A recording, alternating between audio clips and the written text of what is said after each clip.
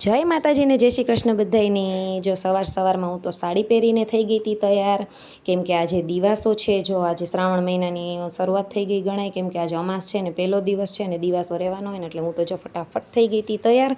અને માતાજીના જો ડબ્બા લઈ લીધા હતા બધા પૂજા કરવાના તે। તો જો સૌથી પહેલાં મસ્ત પિંક કલરની છે ને માતાજીની ચૂંદડી છે મોટી, આને છે ને આપણે જે નવરાત્રિમાં ચૂંદડી ઓઢાડીને પછી જે બીજી બદલાવીને ત્યારે જો આ જૂની ચૂંદડી અમે રાખી દઈએ, આપણે છે ને પાથરવા માટે બહુ સરસ લાગે।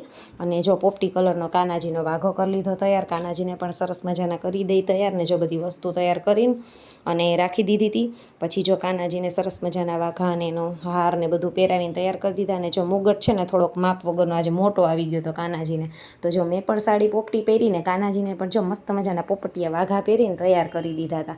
અને આ જો નાની ચૂંદડી હોય ને એના છે ને 4 કટકા કરવાના હતા। મમ્મી કે 4 કટકા કરી નાખો એટલે સરસ મજાનો ઓલું જે નાની નાની સેલ્ફ હોય ને મંદિરમાં, તો આખો સેટ થઈ જાય બધું ગોઠવવામાં।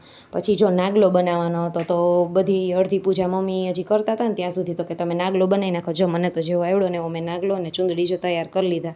ત્યાં સુધીમાં જો મમ્મીએ આખું મંદિર સરસ ક્લીન કરીને બધાય માતાજીને એને પાછા જગ્યાએ ગોઠવીને સરસ મજાના તૈયાર કરીને રાખી દીધા। ને જો મસ્ત મજાની લાગે છે ને ચૂંદડી, પિંક કલરની ઝગમગ થાય છે।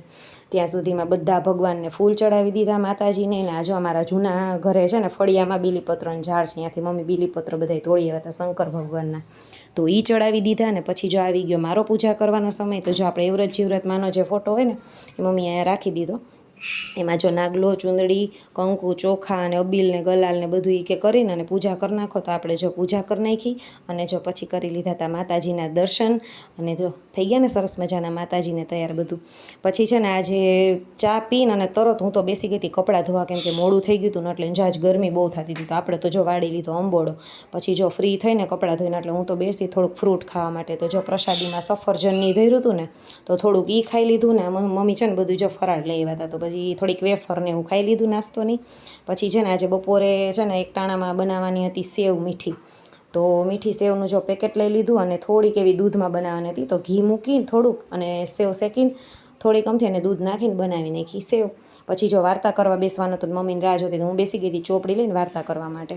પછી જો થાળ ધરાવી દીધો માતાજીને ભગવાનને બધું ભાત, શાક, રોટલી, સંભારા, અને જો માતાજીનો થાળ ધરાવીને અમારો થઈ ગયો તો જમવાનો સમય, એટલે અમે લોકો બેસી ગયા હતા જમવા માટે।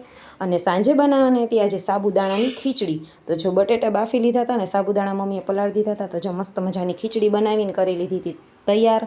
તો ચાલો મળીએ પાછા નેક્સ્ટ વિડીયોમાં। જો વિડીયો ગમ્યો હોય તો લાઈક કરજો, ચેનલને સબસ્ક્રાઈબ કરજો। ત્યાં સુધી આવજો।